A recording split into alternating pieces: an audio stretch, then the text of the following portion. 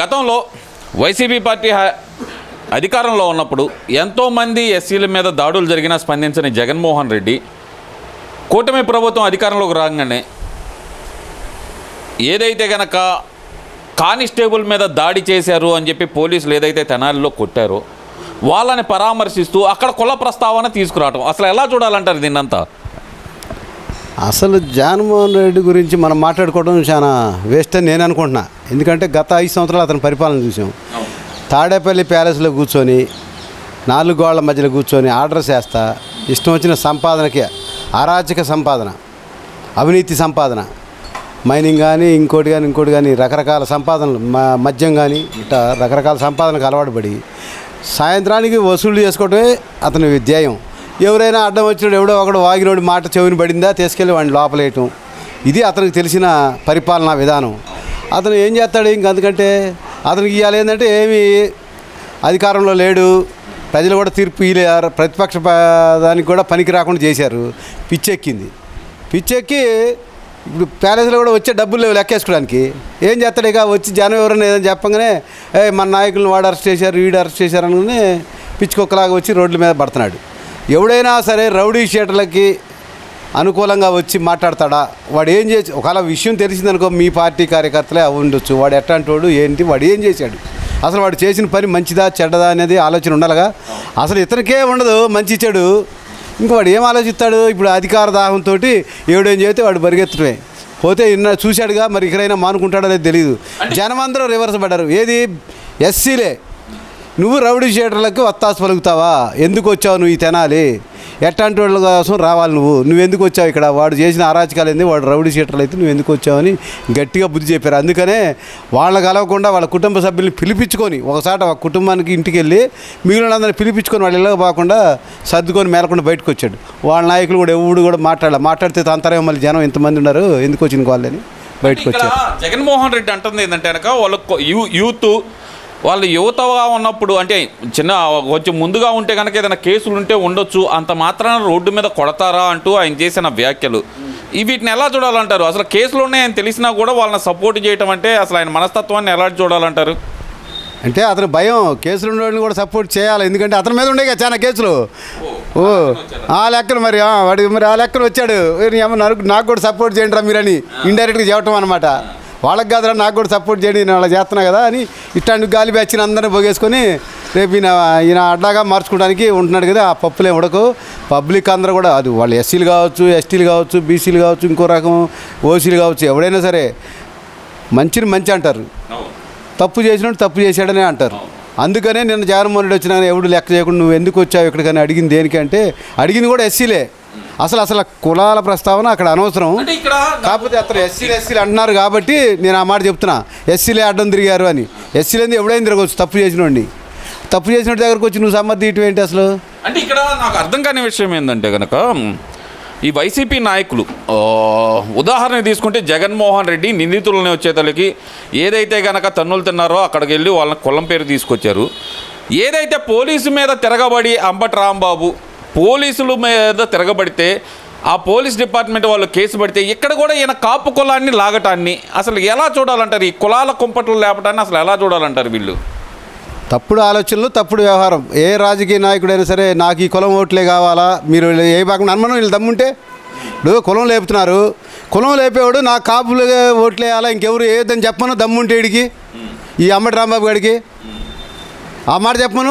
పబ్లిక్లో రేపు ఓట్లకు వస్తాం మేము గెలుస్తాం అన్నారుగా, రమ్మను రేపు పబ్లిక్లోకి వచ్చి ఓట్లు ఎలక్షన్లప్పుడు నా కాపులు వేయండి రెండో వాళ్ళు వేయొద్దు అని అనమను మగవాళ్ళు అయితే. మరి అట్నే పోదాం మీ కులాల లెక్క రాజకీయ నాయకుడికి ఎవరికి కూడా పనికిరాదు. మీరు అవగాహన లేకుండా ఎవడో ఒకళ్ళు ఎక్కడికక్కడ ఏ పూట కాపూట ఏ ఊరు వెళ్తే ఆ ఊరిలో కులాలను బట్టి ఈ ఊరిలో ఫలానా కులం ఉంది వాడిని రెచ్చగొడితే పోయిద్ది. ఇది వీళ్ళు చేసే పద్ధతి. ప్రజలు గమనిస్తానున్నారు. 5 ఏళ్ళు ఏడ్చారుగా, అందరూ చూసే కదా మీకు సరైన బుద్ధి చెప్పారు. ఇంకా మేలుకుండా అప్పుడే సంవత్సరం అవతలికినే మేము వస్తాం రాజకీయానికి, మళ్ళీ రేపు మేము అధికారంలోకి వస్తాం, మేము అట్ట చేస్తాం, మేము ఇట్ట చేసింది చూశారు జనం. ఇంకా మీ మాటలు ఎన్నాళ్ళు నమ్ముతారు? అంటే నిన్న అంబటి రాంబాబు మాట్లాడితే ఇంకో వ్యాఖ్య కూడా చేశారు. ఇంకో సంవత్సరంన్నర పోతే కనుక ప్రజలే నీ మీద తిరగబడే రోజు వస్తుంది, మీకే చేతులతో మీరే భస్మాసుర హస్తంలాగా మీ చేతులతో మీరే పెట్టుకుంటున్నారు నెత్తి మీద అన్నారు. మరి సంవత్సరంన్నర పోతే ప్రజలే తిరగబడతారన్నప్పుడు జూన్ 4న వెన్నుపోటు దినం అంటూ వీళ్ళు ఆర్భాటంగా చేయడానికి గల కారణం ఏమనుకోవచ్చు అంటారు? దానికైనా అంబటి రాంబాబు సమాధానం చెప్పగలుగుతారా? ఇప్పుడు ఎవడైనా సరే తప్పు చేసినాడు ఉరికి బయట వేసుకుంటాడు. ఇప్పుడు ఎన్నుపోటు పొడిచింది ఎవడు? వాళ్ళ అయ్యే చస్తే ఎమ్మటి నువ్వు సంతకాలు పెట్టుకొని చేసావు. ఎలక్షన్లో బాబాయ్ అడ్డం వస్తాను బాబాయ్ని జావు నూకావు. బాబాయ్ని జావు నూకి ఎదుటి పార్టీ వాళ్ళ మీద వేసావు నారాసుర రక్త చరిత్ర అని. ఇప్పుడు ఏం జరుగుతుంది? సొంత కూతురు కానీ ఇప్పుడు వాళ్ళ అన్న కూతురు కానీ వీళ్ళందరూ ఏంది వాళ్ళ పరిస్థితి ఏంది? ఒక జగన్మోహన్ రెడ్డి తల్లి చెల్లిని ఎల్లగొట్టాడు. వాళ్ళని ఎన్నిపోటు కొడగటం కాదా? ఆర్థికంగా ఆస్తుల కోసమేగా నువ్వు ఎన్ని కూడా చేసింది. కేసు కూడా పెట్టారు కదా, సొంత తల్లి చెల్లి మీద కూడా కేసు పెట్టారు కదా. ఆస్తుల కోసమే కదా ఎన్ని చేస్తుంది. వాళ్ళ మీద కేసులు పెడతాం కానీ ఇంకో రకం కానీ. మరి పవర్ కోసమేమో బాబాయిని చంపి సానుభూతి పొంది ఓట్లు అడుక్కుందామని ఆయన చంపి వేరే ఒకళ్ళ మీద వేసావు. చివరికి నిజాలు ఎప్పుడు కూడా దాగవు. కాకపోతే కొద్దిగా నిజం అనేది కొద్దిగా నిదానంగా బయటకు వచ్చింది.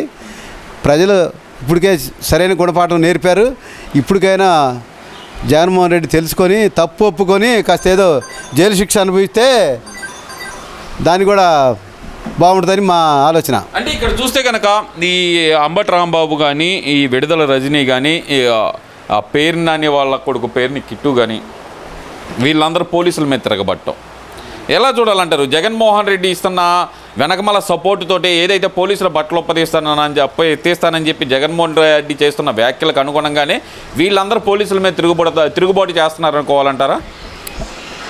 ఇది జగన్మోహన్ రెడ్డి చూసుకొని అంటున్నారు. వీళ్ళ లబ్ధి కోసం, రాజకీయ లబ్ధి కోసం మాట్లాడుతున్నారు. వీళ్ళ పక్కన జనాభా ఉండాలి కదా. ఇప్పుడు ఎవడు ఆలకిచ్చేవాడు లేడు. ఆ నాయకుల్ని తప్పు చేశారా వీళ్ళందరూ 5 ఏళ్ళు ఇట్లా చేసి పరిపాలన ఇష్టానుసారంగా చేసి ఇట్లా చేశారు, ప్రజల్ని మాయ చేశారు అనేది ఉంది జనంలో. ఎవరు కనపడతలా. వీళ్ళ పక్కన ఎవడో ఒకటి రావాలి అంటే, ధైర్యం ఉండాలి అంటే ఏదో ఒకటి మాట్లాడాలి. పోలీసు వాళ్ళని మేము తాంతామంటారు, లేకపోతే ఇంకోళ్ళని తాంతామంటారు, చివరికి న్యాయ వ్యవస్థలను కూడా కొనేస్తామంటారు. ఇంకోటి రకరకాలు జరుగుతూ ఉంటాయి కదా. ఎక్కడో ఒకళ్ళు ఉంటారు న్యాయ వ్యవస్థలో కూడా లూప్ హోల్స్ ఉన్నోళ్ళు. ఏది లంచాలకు బంచాలకు కలవాలి. అట్లాంటి వాళ్ళని అడ్డం పెట్టుకొని వీళ్ళు చేస్తూ ఉంటారు. కానీ ఏ ఊరి పప్పులు ఉడకో. ఇక్కడ కాకపోతే ఎవడైనా సరే మీ ఇష్టానుసారంగా మాట్లాడితే దానికి తగిన మూల్యం చెల్లించుకోవాలి. ఇప్పటికే చెల్లించుకున్నారు ఆల్రెడీ వాళ్ళు. ఇంకా తెలుసుకోవాలా ప్రజలు ఏం కోరుకుంటున్నారు, ప్రజలతోటి మనం ఎట్లుండాలా అనేది కూడా తెలుసుకోవాలా. తెలుసుకోకుండా నోటికి ఇష్టానుసారంగా మాట్లాడితే మళ్ళీ మీరు వచ్చే 5 ఏళ్ళు కాదు కదా, ఇంకా 25 ఏళ్ళు కూడా మీరు అధికారం రారు ఇట్లా మాట్లాడితే. చివరిగా ఒక ప్రశ్న, ఏదైతే లిక్కర్ కేసులో నిందితులు ఎవరైతే ఉన్నారో రాజ్ కిషన్ రెడ్డి ఆయన ఒక వ్యాఖ్య అయితే చేశారు. ఏదైతే అనక విచారణలో భాగంగా ఇంతకు మించి నేనేం చెప్పలేను, చెబితే నా ప్రాణానికి ప్రమాదం ఉంది అంటూ ఆయన చేసిన వ్యాఖ్య. అంటే ఆ ప్రాణానికి ప్రమాదం ఎవరి దగ్గర నుంచి ఉంది అనుకోవాలంటారు? అసలు అది ఆంధ్ర రాష్ట్ర ప్రజలందరికీ తెలుసు ఎవరి దగ్గర నుంచి. గతంలో చూసాం కదా, ఏది పరిటాల రవిని చంపేశారు. ఆ సాక్షుల తర్వాత ఏమయ్యారు, ఎవరి చేతిలో పోయారో తెలియదు. అది ఒకళ్ళ తర్వాత ఒకళ్ళు ఏది చివరి మూమెంట్లో న్యాయ వ్యవస్థలో లాస్ట్లో సాక్ష్యం చెప్పడానికి వస్తారు. ఆ సాక్ష్యం చెబితే వీళ్ళకి శిక్ష పడుద్ది అనుకునే టైంలో వాళ్ళని చంపేస్తూ ఉంటారు. అది ఎవరు చంపింది ఎవరు చేయించేది అందరికీ తెలుసు. అట్లానే ఇప్పుడు వాళ్ళ బాబాయిని చంపి, జగన్మోహన్ రెడ్డి గారి బాబాయిని చంపి కేసు వేశారు. అది ఇప్పుడు చివరికి ఎవరి మీదకి వచ్చింది కూడా తెలుసు. అట్లానే ఇది కూడా అంతే. ఇప్పుడు వీడు ఏదో ఆ రోజు వీళ్ళ కోసం లబ్ధి పొంది డబ్బుల కోసం ఇంకో రకంగా లబ్ధి పొందాలనే ఉద్దేశంతో వాళ్ళతో చేతులు కలిపాడు. ఇప్పుడు చివరికి ఇరుక్కు నాకేమైంది, ఇది నాకే చుట్టుకొడితే తేడా పడితే నన్ను చంపేస్తారు. నన్ను ఆ చంపేది ఎవరు అతనికి తెలుసు, రాష్ట్ర ప్రజలందరికీ తెలుసు, నాకు కూడా తెలుసు. పేర్లు అనవసరం. వ్యవస్థ న్యాయ వ్యవస్థ ఉంది, తెలుసుద్ది. చుట్టూరుగా తిరిగి ఎక్కడికి వచ్చే అవకాశం ఉందంటారు? ఎక్కడికంటే నాయకుడు ఎవరున్నారు? మన నాయకుడు ఎవరు అయితే లెక్క స్కామ్కి అధికారంలో ఉండి నడిపారో వాళ్ళ దగ్గరికే వచ్చుద్ది.